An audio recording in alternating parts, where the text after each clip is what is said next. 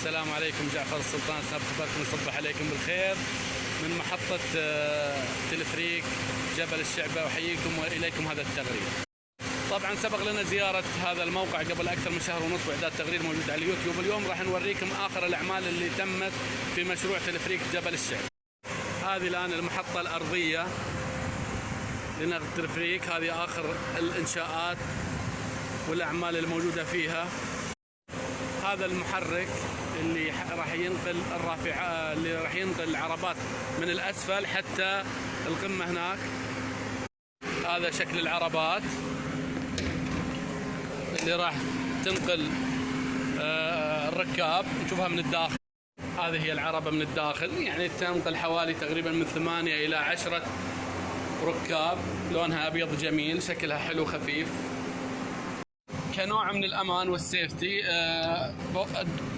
الفتح والإغلاق من الخارج حتى ما يكون في عبث أو خطر على المتواجدين في هذه المحطة الأرضية. من زاوية أخرى راح تنقل الركاب إلى هنا باتجاه المحطة العلوية على شكل مثلث، ثم العودة إلى هنا. هذا المسار تطلع من هنا تنتقل للمحطة العلوية هناك، ثم تأخذ جولة على شكل مثلث، وبالتالي العودة مرة أخرى إلى المحطة.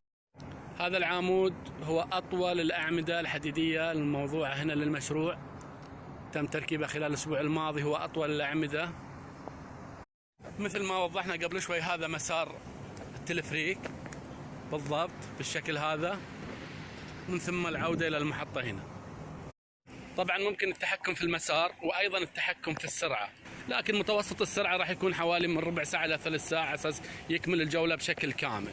طبعا يتضمن المشروع أو المرحلة الثانية من مشروع تطوير منتزه جبل الشعبة إضافة للتلفريك بحيرتين علوية وسفلية. هذا منظر للبحيرة الصناعية في الأسفل، وهي مربوطة عبر مجريين، اثنين من المجاري المائية والشلالات بالبحيرة العلوية اللي راح نصورها بعد شوي. هذه جانب من الشلالات الصناعية في أحد المجاري المائية اللي توصل من البحيرة العلوية إلى البحيرة السفلى اللي أمامنا. وهذا المجرى الثاني أيضا في عدد من الشلالات. المنطقة هذه اللي في النص راح تكون فيها جلسات واستراحات وأشجار في اكتمال، عند اكتمال المشروع. أيضا راح يكون في المنطقة هذه جسور معلقة بشكل جميل للتنقل بين بعض الأنحاء ومناطق المنتزه. طبعا المجاري المائية والشلالات راح يتم تزيينها صخور بالطريقة هذه، ما راح تكون بالشكل الخرساني عند اكتمال المشروع. هذه الزاوية الثانية من رأس المثلث في مسار التلفريك، راح يجينا من هنا، وهذه الزاوية بعدها راح ينطلق إلى الزاوية الثالثة والأخيرة هناك، راح نروح لها الآن ونصور عندها، ثم يتجه نزولا مرة أخرى. هذه البحيرة العلوية اللي تكلمنا عنها قبل شوي، وراح تنزل منها المياه عبر المجريين اللي شفناهم إلى البحيرة في الأسفل. واضح من التصوير أن البحيرة العلوية أقل مساحة من البحيرة اللي في الأسفل، يمكن بسبب الظروف التضاريسية في المنطقة ذي.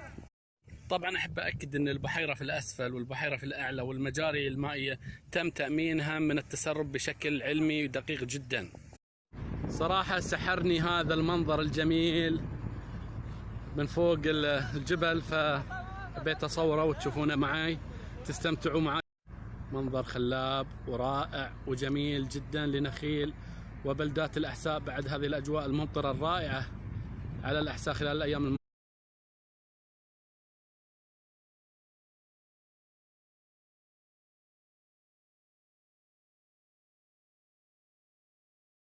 هذه المحطة الثانية اللي قبل شوي، وهذه آخر محطة من محطات التلفريك قبل النزول إلى المحطة الأولى اللي انطلقنا منها.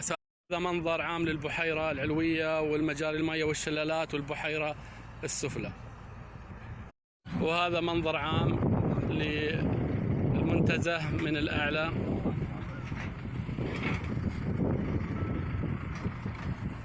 إذا احنا الآن أسفل الدوار أو المحطة الثانية بعد الأرضية طبعا، أو المحطة الثالثة خلينا نقول. المنطقة راح يكون فيها المواقف لزوار المنتزه بعد اكتماله. في ذي المنطقة راح تكون المواقف هنا. هذه الأعمدة والأعمدة اللي هناك راح تكون حركة جديدة جدا في أسلاك سوف توصل إلى محطة أرضية في الأسفل، وسوف يكون النزول عن طريق كراسي خاصة مثل اللي نشوفها لمتسلقي الجبال المتزلجين، كراسي خاصة طبعا مكشوفة تختلف عن عربات التلفريك اللي شفناها قبل شوي. هنا وهناك عملية صعود ونزول بواسطة الكراسي اللي نشوفها في التلفزيون، اللي يطلعون فيها المتزلجين على الجليد بواسطتها إلى الجبال لممارسة هوايات. إذا إضافة جديدة تختلف عن التلفريك. أيضا أفادنا المهندس قبل شوي عن وجود أن الجسور المعلقة سوف تكون فوق قمم هذه الجبال التي نتواجد فوقها الآن. سوف تعطي إطلالة جميلة جدا على المنظر الذي نشاهده أمامنا هذا. سوف تكون إطلالة جميلة جدا على هذه المنطقة في حال تنفيذ هذه الجسور المعلقة. طبعا الجسور المعلقة هي في مرحلة لاحقة سوف تنفذ. المرحلة هذه يتوقع أن تنتهي في شهر 6 إنجليزي القادم. تشمل فقط أعمال التلفريك والبحيرة والشلالات التي شاهدناها على حسب المعلومات الموجودة حاليا بهذا الخصوص. شاهد في قمة الجبل الذي أمامنا هناك الإنشاءات لإحدى قواعد الجسور المعلقة. سوف ينطلق جسر من تلك القمة إلى المنطقة هذه وباتجاه هذه المناطق. هذه هي الجسور المعلقة، سوف تغطي أيضا هذه المنطقة وهذه الإطلالة الجميلة. في ختام هذه الجولة على تلفريك منتزه الملك عبد الله للمغامرات بجبل الشعبة، نتمنى إن شاء الله أنكم استمتعتوا معنا في هذه الجولة، وإن شاء الله لنا زيارة أخرى للمشروع عند تركيب العربات وعملية التجربة إن شاء الله، وراح ننقلها لكم عبر سناب خبركم. جعفر السلطان، السلام عليكم.